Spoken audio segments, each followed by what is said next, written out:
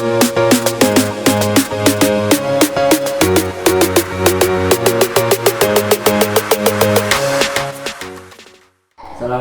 Pak Nur. Waalaikumsalam warahmatullahi wabarakatuh Mas. Mohon maaf sebelumnya mengganggu waktu jenengan. Pada kali ini saya ingin meminta pengalamannya Pak Nur selama menjadi kepala sekolah. Yang saya lihat di Kecamatan Jenuh ini Pak Nur salah satu kepala sekolah senior karena sudah banyak yang baru-baru yang direfleksikan menjadi dari guru menjadi kepala sekolah. Saya ingin menanyakan beberapa pertanyaan dengan untuk bisa saya gunakan sebagai referensi dalam pengambilan keputusan. Selama ini bagaimana Pak Nur dapat mengidentifikasi kasus-kasus yang merupakan dilema etika atau pendidikan moral? Iya, terima kasih. Begini Mas, jadi untuk pengambilan keputusan yang ada di SDN Temen 2 yang jelas walaupun itu dilema etika ataupun hubungan moral, itu pun dalam pengambilan keputusan tidak akan saya ambil keputusan sendiri Mas, tetapi itu nanti juga akan saya kembalikan kepada tenaga-tenaga pendidik di SDN Temen 2. Jadi tidak serta-merta kepala sekolah menjadi yang utama, yang nomor satu. Jadi apapun yang terjadi itu saya kembalikan lagi kepada guru-guru semua, tenaga-tenaga pendidik semua, dan yang akhirnya nanti akan saya ambil kesimpulan. Demikian. Kemudian selama ini bagaimana Pak Nur menjalankan pengambilan keputusan di sekolah Pak Nur, terutama pada kasus-kasus di mana ada dua kepentingan yang sama-sama benar atau sama-sama mengandung nilai kebajikan? Kalau untuk pengambilan keputusan yang dua-duanya benar, saya juga dia ambil di tengah-tengahnya Pak Dedi. Jadi karena kedua-duanya benar ya saya ambil semuanya lah kalau dua-duanya benar. Tetapi kalau keputusan tersebut yang satu kurang benar atau salahnya, saya mesti ambil yang utama begitu. Iya. Kemudian langkah-langkah seperti apa ya biasanya yang Pak Nur lakukan selama ini? Iya, jadi di dalam pengambilan keputusan seperti yang saya katakan di depan tadi, mungkin ada kasus yang ada di sekolahan, yang ada di SDN Temen 2, saya tampung dulu, saya pelajari dulu, kemudian saya identifikasi para pendidik, tenaga kependidikan semua saya kumpulkan, saya kembalikan lagi ke Bapak Ibu guru, kemudian itu nanti akhirnya keputusan yang terbanyak itulah yang kita pakai. Yang jelas untuk keputusan yang terbanyak jelas tidak mungkin yang salah kita pakai, tidak. Jadi mesti itu adalah keputusan bersama dan keputusan itu insya Allah mesti benar. Demikian. Kemudian hal-hal apa saja yang selama ini Pak Nur anggap efektif dalam pengambilan keputusan pada kasus-kasus dilema etika atau kasus-kasus yang sama-sama benar? Iya, ya seperti yang saya utarakan tadi, kalau yang dilema etika semuanya benar, maka di dalam pengambilan keputusan langsung saya oke, saya iyakan, dan untuk teman-teman langsung ditindaklanjuti. Demikian. Hal-hal apa saja yang selama ini merupakan tantangan dalam pengambilan keputusan tersebut? Iya, kalau tantangannya demikian Mas. Jadi di dalam pengambilan keputusan itu mesti ada dua kubu. Yang satu kubu yang setuju, yang satu kubu yang tidak setuju. Kayak saya sebagai kepala sekolah menempatkan diri saya di tengah-tengah. Jadi kalau yang tidak setuju tersebut kemungkinan juga tidak betul atau tidak benar, maka itu juga tidak akan saya pakai. Yang saya pakai adalah keputusan yang paling benar dan bisa diterapkan di sekolah kita. Jadi kami mengambil keputusan yang terbaik, Pak. Iya, yang terbaik. Kemudian Kemudian apakah Pak Nur memiliki sebuah kata kala atau jadwal tertentu dalam penyelesaian kasus dilema etika tersebut? Apakah langsung menyelesaikan di tempat, apa membutuhkan waktu atau bentuk prosedur tertentu dalam penyelesaian tersebut? Kita hanya mempelajari. Jadi kalau ada kasus-kasus tertentu, kita pelajari dulu, kita telaah dulu. Kemudian kalau sudah, ya seperti tadi, tenaga-tenaga kita, tenaga kependidikan kita, guru, kemudian penjaga semua saya kumpulkan. Jadi tidak serta-merta keputusan harus kita putuskan sekarang, tidak, tetapi bisa berjangka, kita bisa mikir-mikir terlebih dahulu supaya keputusan tersebut benar-benar pas. Gitu. Jadi ada waktu ya untuk ada waktu untuk mendiskusikannya. Kemudian adakah seseorang atau faktor yang selama ini mempermudah atau membantu Pak Nur dalam pengambilan keputusan ini? Di dalam pengambilan keputusan, karena saya mempunyai atasan Bapak Dedi, jadi apabila keputusan tersebut masih walot sekali, saya mesti konsultasi, paling rendah memberitahukan kepada atasan saya, terutama saya mempunyai pengawas, di atas saya ada pengawas, ada kordik, itulah yang saya ajak untuk berbicara empat mata, dari hati ke hati, dan keputusan mana yang tepat kita gunakan. Demikian. Jadi melibatkan beberapa stakeholder. Betul. Karena memutuskan sendiri tanpa mempertimbangkan pendapat dari orang lain. Betul. Kemudian ini pertanyaan terakhir dari saya, Pak Nur. Dari semua hal yang telah disampaikan tadi, pembelajaran apa yang kira-kira Pak Nur dapatkan dalam pengambilan keputusannya? Iya, jadi di dalam pembelajaran yang tepat itu kalau kita di kelas pengambilan keputusan, kalau dulu PMP Mas, jadi pendidikan moral Pancasila, sekarang kita masuk ke P5-nya, disitulah yang paling tepat untuk pembelajaran ke anak-anak. Demikian. Terima kasih Pak Nur, Ya. banyak ilmu. Ya. Sebentar waktu kita berbincang, banyak ilmu yang sudah saya dapat.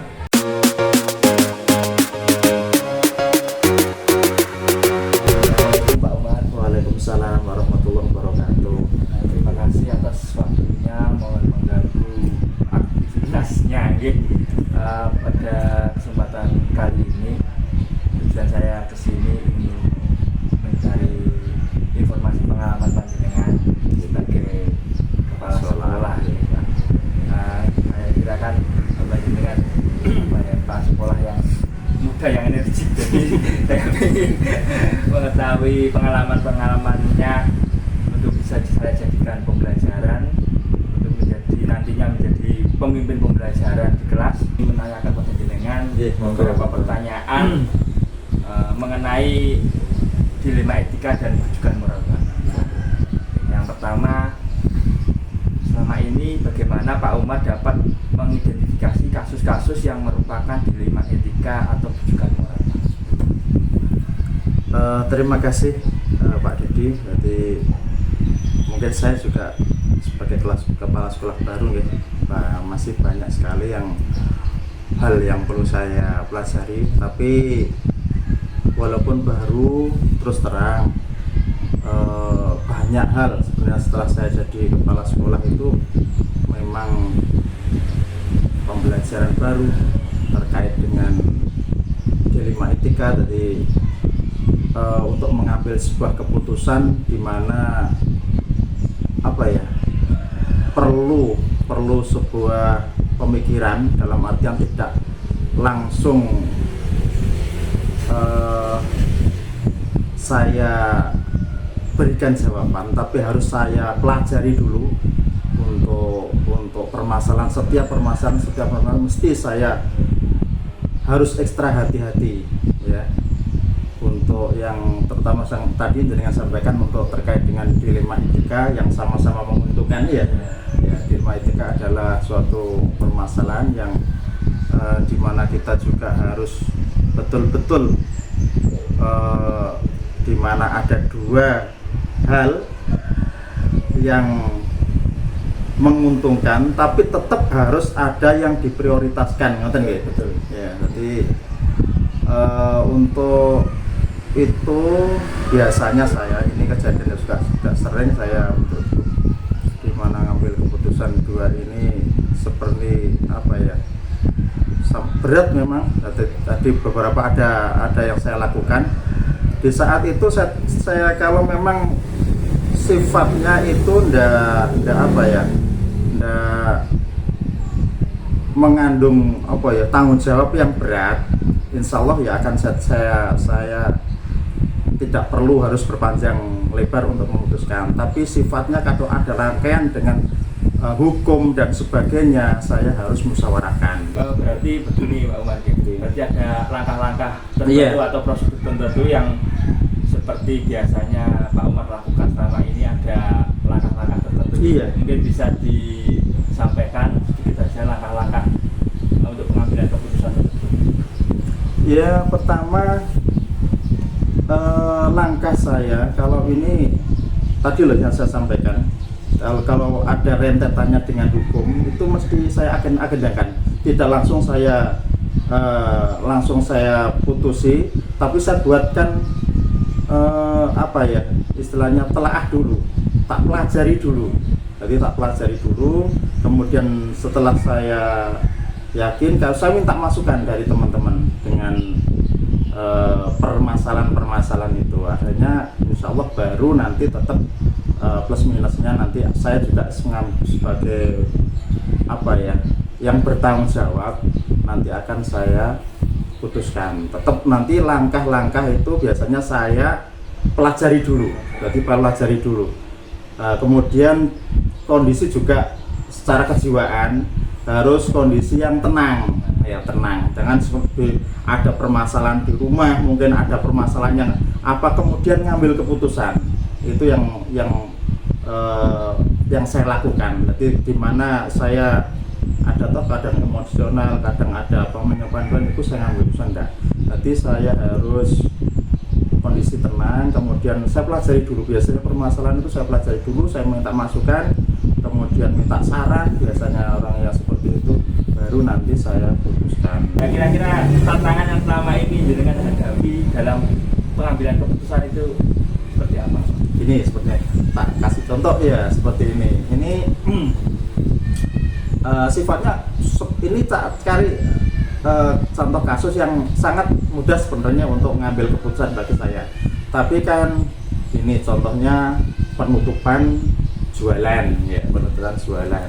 Di sisi lain ada yang memberikan saya, Pak tak kasih uang setiap bulan sekian, tapi semuanya apa istilah penjual jangan boleh dimasukkan. Nah ini kan di sisi lain ini menguntungkan saya dapat income, tapi kan di balik itu saya manusia, melihat orang yang jualan itu ya apa istilahnya ditunggu keluarganya, kemudian ladang di sini, itu bagi saya juga permasalahan. Walaupun toh nanti setelah oh ini enak no duitnya tak ambil ya, tapi kan sisi manusiawi juga ada ya cah, kayak mergawe ini kemudian ditunggu keluarganya, lahan ladangin yang kene sama langsung tahu kan bagaimana keluarganya. Nah itu sisi, makanya seperti itu saya harus, walaupun toh pada saat itu saya mengambil kekuasaan apa istilahnya tertinggi, saya bisa saja nutup pagar langsung tak alihkan dengan income yang dijanjikan, tapi kan ada sisi manusia, ada harus saya timbang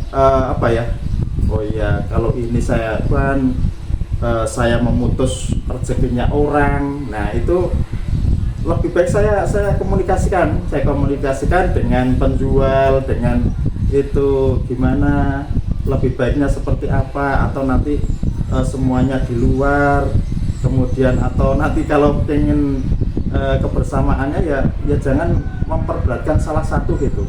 Dan mungkin adakah seseorang atau faktor-faktor tertentu yang dapat membantu Pak Umar dalam pengambilan keputusan? Iya, ya ini. Jadi kalau kita di lingkungan keluarga, di lingkungan sekolahan, otomatis ya yang sangat-sangat membantu partner kita, komite, teman guru, itu terutama orang yang dalam, orang yang sama-sama apa ya,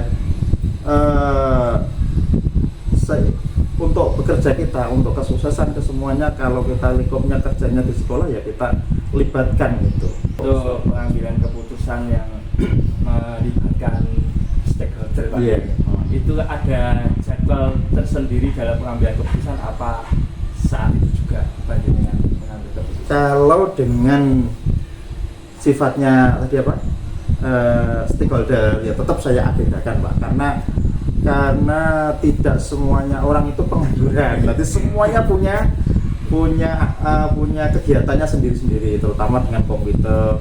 Ada yang ngajar, ada yang di kantor, kan kita tidak serta-merta untuk langsung mengambil, tetap kita agendakan, kita beri bocorannya untuk dalam acara apa, biar nanti beliaunya juga sudah ada pemikiran di dalam. Berarti setiap itu biasanya saya agendakan, kemudian saya siapkan notulennya, fotonya, biasanya seperti itu Pak. Jadi kalau memang berkaitan dengan stakeholder, ya, tetap biasanya resmi saya.